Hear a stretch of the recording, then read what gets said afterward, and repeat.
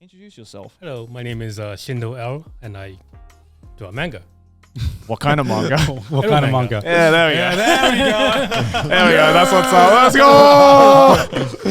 Is that how you introduce yourself to, some fellows of the public who might not be so familiar with your work? I just used to say ero mangaka, and then people started saying you don't have to say the ero part.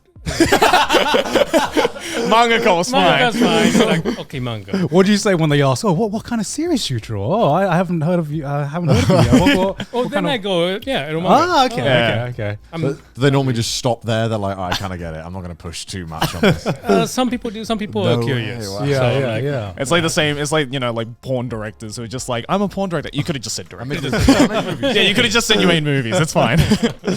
Yeah. I think it's fair to say I know the least about you and your work. I think these two know the most. Yeah. But I'm sure there are many viewers who also are in the same position as me where they saw your name in the title and they're like, I don't really know what it is that you do. So is it some series that maybe the viewers might know? And if not, I guess they'll get an insight into the life of an ero mangaka today. Well, when I got invited to talk on Trash Taste, I did some homework. Okay. And I saw the episode where you guys read my henshin. Yeah. Yes, And I know Kano doesn't think too highly of it. This man got caught in 4K. Dude. I didn't know when we'd be reviewing stuff that the authors and makers would come in and talk to me about it. I was like, Okay? that's Yes. pretty shit. I'm like, wow, okay. I have no words. Okay, I guess we'll jump right into it. Okay, you created Metamorphosis, right? I did. Very, very popular in Yes. the communities. Online. Definitely the most infamous dojin, I'd say. One of the most infamous dojin of all time, I would say, especially in the Western community. I said something about it that I do actually, I do regret saying. Really? Now you. Now you do. So two-faced. Connor. My opinions on it haven't changed. There's one thing that I think I did just get massively wrong. I in the episode, I think I said something along the lines of like, it seemed unrealistic that the mum would blame the daughter for the dad. Oh, yeah. Right. Thing. And then I found out it's totally not unrealistic and that it's happened a bunch and that I lost a lot of faith in humanity when I found out. Yeah. People are fucked. Who would have thought? I feel like this is just my child innocent brain. I'm like, no, a mum would never blame that. So okay, this Oh, you sweet summer child. so I guess we should. But this is like a trash taste first. Never before has a guest come on and said, "Heard you were talking shit." I get smacked. I'm like, all right, Dad, get the bell out. Fuck. Shindo L just smacked the shit out of me. So, I guess there's a lot of things that we need to cover. So, Yes. should we explain? I guess what we're going to monetize immediately now. What Metamorphosis is, Yes. kind of, very Yeah. lightly, and then we'll talk in depth more a little later. So like, how would you? Yeah. If someone asks you like, oh, I've heard this metamorphosis thing, henshin thing, like, but I've never read it. Could you like sell it to me? Like, what is it about? God, it's like Requiem for a Dream, but like manga. Okay. That's probably the best way to explain it. Honestly, That is honestly how I would explain it as well. Yeah. So I believe I said something very similar on like the podcast episode where we described it, where I was like, it kind of reminds me of Requiem for a Dream, where it's just really depressing, but also there's a lot of sex in it. It's like More Requiem for ass to ass. ass to ass, baby. It's Requiem for a Dream, but it was only that scene. That's probably the best way to explain it. Honestly. I literally, the last time I read it was that episode. So I'm trying to remember what happens. It's like a high school girl meets a guy on the street and then they hook up and have sex in a... Yeah, and like in a karaoke. Right. Yeah. I feel And like, then why am I trying to he- explain your plot? I'm like, tell me if I'm right here. And it just keeps escalating and escalating. Right? Yeah. So like, Very adult, by the way. okay, I guess we're jumping right into it now. Yeah. Okay. Like, how did you come up with that? I just got asked, what were your inspirations in writing that? It's a trope, right? Like first of all, it's the makeover trope. Yeah. So like the girl takes off the glasses and she's hot, right? Yeah. And then there's the garuka, like Turning into a girl. turning into a garuka. Yeah. Right? And that's I've never drawn that before, so I'm like, let's try it out. And It worked out pretty well. that's how it turned out. Yeah. Damn. Did you know how like the story was going to develop before you started working on it, or was it just something? Because it's a pretty long story in terms of like a lot of a lot of ero manga compared to, you know, some one shots or, you know, Right, one or right. two chapters. But this one was, It's I a believe, full volume. yeah, it was a Yeah. full volume. Like, did you have everything planned out from the get go, or did it kind of develop I as you didn't wrote have it? everything planned out, but I think I said in the afterword that I had the ending out before I started. Right. And it's like, I think I just, and I was talking to my editors about it, and they asked, you know, so how does it end? I'm like, well, I just want her to die at the end. And they're like, oh. Spoilers, by the way. I'm gonna be honest. I forgot that happened. Yeah. I think I was so traumatized at the thing before. I was like, "What the fuck?" Yeah. I feel like her unfortunately dying was like one of the high points because like her suffering had ended by that point, Yeah.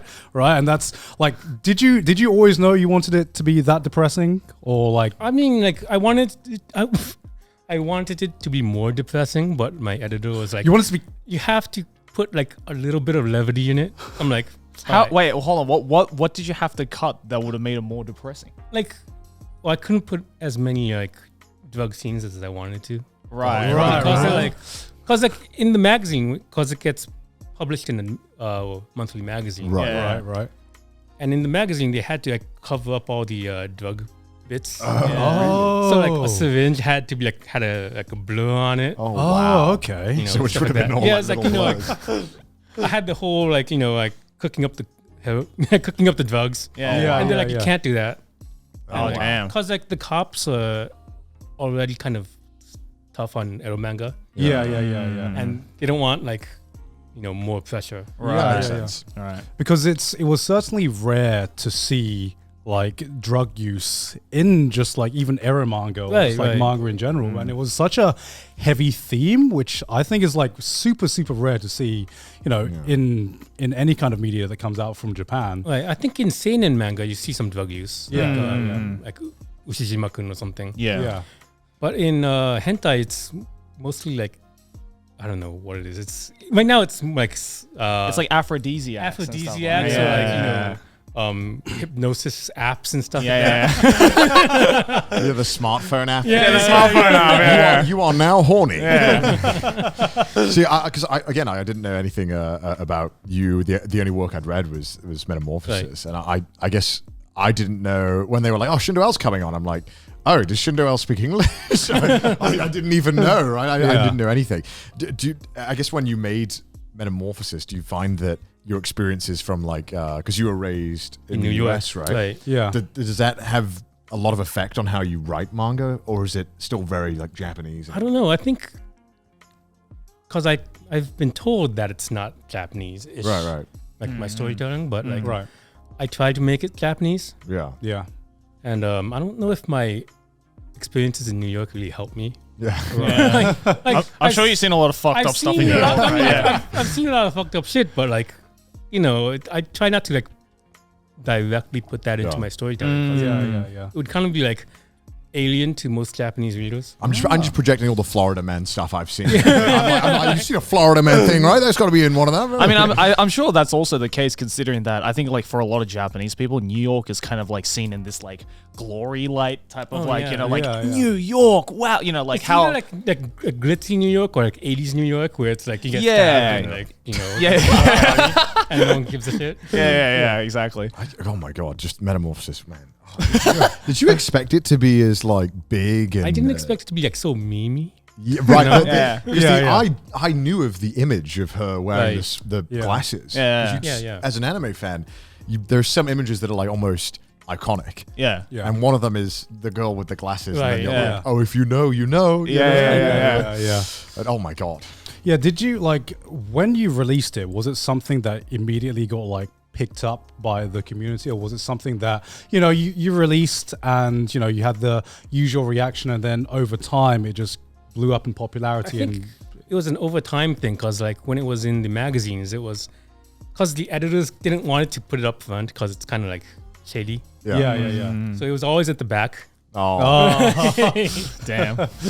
Trying to push it under the rug. Right? Yeah. So it was kind of low key for a while until like people I think online just picked it up Yeah. and started memeing on it.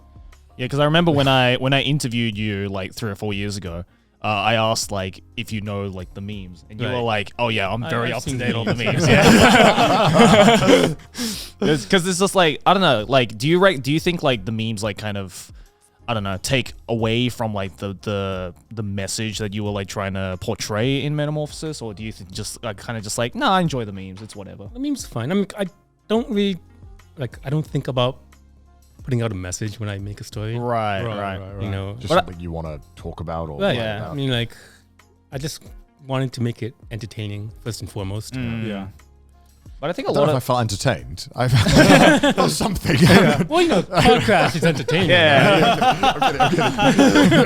But I think though, like, you know, regardless, I think like a lot of people read Metamorphosis and was like, there's some hidden message here. There's like some kind of like deeper meaning, like to this like story, because it's just so different to the standard doujins you would read, right? Like, you know, the normal doujin is just like boy meets girl, boy fucks girl. Yeah. That's kind of it, you know. I mean, I would say like out of every, you know, ero doujin I've seen or ero manga, like I was probably like the most invested in any like story as I was in. I wasn't as invested in any other story as I was in Metamorphosis in terms of just seeing the characters develop in the development that you gave them, and just you know, every like a lot of things outside of just the hentai scenes and the sex scenes and everything.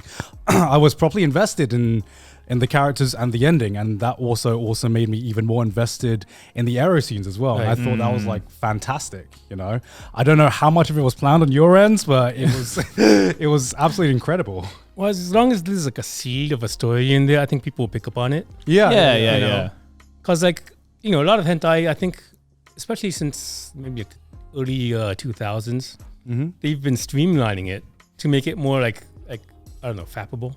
Yeah, I've You know, noticed. Like they just jump straight They into just the go- fucking, and I'm yeah, just yeah. like, come on, guys, like, Like there are some doujins I've read where I'm like, I feel like I've skipped like 5 pages. Yeah. You know, But because there's no build up. yeah. When I open a doujin, it's like page 2 or like even page 1. I'm Page like, 1. Come on, guys. Yeah, page 1 and they're already fucking. I'm like, Yeah, whoa, yeah, chill out. Like, ease me into this shit. God damn. Like, I'll take that over the hentai that start with like 3 minutes of text explaining the story. Who thought that was a good idea? no, but like some people are super into that, right? It's like, yeah, they are. Like, What? It's just like it's like Star Wars text on Oh, the yeah, screen. some movies just start out with like a monologue. yeah. What's happening? It's the same people who enjoy, you know, the interview sections at the start of porn, right? Like, they want to like get into the story beforehand. It's like, I want to feel invested in this. You know? Yeah, I have noticed another trend that's I've seen with a lot of ero manga recently, or just not even recently. It's just like you know, like where they say the most important part of a YouTube video is the first 14 seconds. Yeah. So like there are some ero manga that start off with just like the fucking for like the first 3 pages, and then it goes to the story. Like you gotta hook the viewers. Yeah, it's always like page 1 they're fucking, and then it's like, this is how it happened. There's like an ero manga algorithm. That you have to follow. It's like AI generators.